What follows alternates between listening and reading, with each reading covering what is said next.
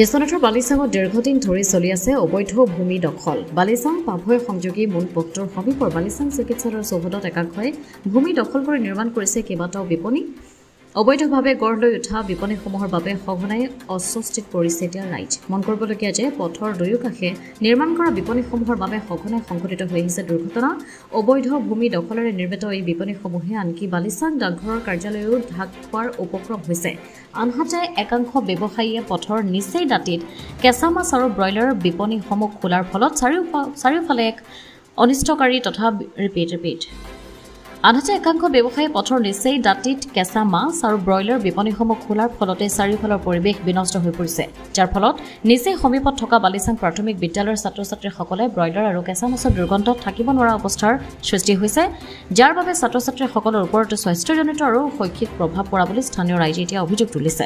আনহাতে চাৰিওফালৰ পৰিৱেশ বিনষ্ট কৰা একাংশ লোলুপ দৃষ্টিৰ লোকে বালিচাং পুৰণি চিকিৎসালয় চৌহদৰ ভূমি দখল কৰাৰ বাবেও চলাইছিল প্ৰচেষ্টা, যাৰ ফলত শংকিত হ'ব লগা হৈছে এতিয়া ৰাইজ। উল্লেখযোগ্য যে সদ্য নিৰ্মিত কৃষি কাৰ্যালয়, ডাকঘৰ, দুখনকৈ প্ৰাথমিক স্তৰৰ বিদ্যালয় তথা থকা হেতু জনসমাৱেশ হোৱা স্বাভাৱিক পৰিস্থিতিৰ লগতে বিভিন্ন কাৰক আৰু ৰাইজৰ অভিযোগ তথা বিভিন্ন সময়ত সমস্যাত ভুগিব লগা হৈছে এতিয়া স্থানীয় ৰাইজ। অৱশেষত পাভৈ আছুৰ নেতৃত্বত এক সজাতি দলে বিশ্বনাথ জিলা আয়ুক্তগৰাকীক সাক্ষাৎ কৰি ৰাইজৰ সমস্যাসমূহ অৱগত কৰিছে আৰু এখন স্মাৰক পত্ৰ প্ৰেৰণ কৰিছে। জিলা আয়ুক্তগৰাকীয়েও বিষয়টোৰ ওপৰত গুৰুত্ব প্ৰদান কৰি তাৎক্ষণিক ব্যৱস্থা গ্ৰহণ কৰিছে। আজি বিশ্বনাথ জিলা আয়ুক্তগৰাকীৰ নিৰ্দেশ মৰ্মে বিশ্বনাথ ৰাজচক্ৰৰ বিষয়াগৰাকীয়ে বিশ্বনাথ চাৰিআলি আৰক্ষী বিষয়াসহ বালিচাঙত উপস্থিত হৈ পৰিস্থিতিৰ বুজ লয়। লগতে অবৈধভাৱে ভূমি দখল কৰি বিপণী খোলা লোকসকলক সাক্ষাৎ কৰি ভূমি দখল এৰি দিবলৈ অনুৰোধ জনাইছে। ইতিমধ্যে প্ৰশাসনে ভূমি এৰি দিয়াৰ সংক্ৰান্তে অবৈধ ভূমি দখলকাৰীসকললৈ জাননীও জাৰি কৰা হৈছে। বালিচাংবাসী ৰাইজেও প্ৰশাসনে লোৱা উক্ত ভূমিকাক আদৰণি জনাইছে। প্ৰশাসনে বালিচাঙত অবৈধভাৱে দখল কৰা লোকসকলে দীৰ্ঘদিন ধৰি অবৈধভাৱে দখল কৰি তেওঁলোকে ৰাস্তা গোটেইখিনি ব্লক কৰাৰ লগতে পৰিৱেশ বিনষ্ট হোৱা পৰিলক্ষিত হৈছে। আজি প্ৰশাসনে উচ্ছেদ অভিযান কৰিবৰ বাবে তাৎক্ষণিক এটা ব্যৱস্থা গ্ৰহণ কৰিছে।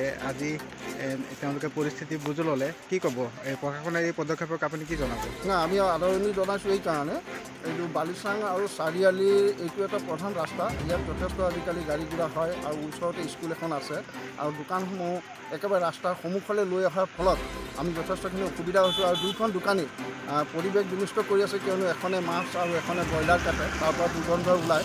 তাতে স্কুল এখন আছে আৰু ইয়াতে বালিচাঙৰ ডাকঘৰটো ইয়াত স্থাপন কৰা হৈছিল আৰু ডাকঘৰটো গোটেই দোকানসকলে লগ লাগি পেলাই ডাকঘৰটো প্ৰায় ঢাকি থোৱাৰ নিচিনাকৈ হৈছে। বিভিন্ন মানুহ আহি ডাকঘৰটো ক'ত আছে বুলি পেলাই সুধিবলগীয়া হয়। গতিকে এনেকুৱা ধৰণৰ অসুবিধাবিলাকৰ পৰা আমি তেওঁলোকক আজি আদৰণি জনাইছোঁ যে তেখেতসকলে আহি দোকানসকলক প্ৰথম নিৰ্দেশনা দিছে আৰু এই নিৰ্দেশনা নামানিলে তেওঁলোকক এভেকশ্যন কৰিব। সেইকাৰণে আমি প্ৰশাসনৰ এই কাৰ্যক আদৰণি জনাইছোঁ। বিশ্বনাথৰ পৰা ৰমেশ চন্দ্ৰ জৈনৰ ৰিপৰ্ট, অমৃত নিউজ 24/7।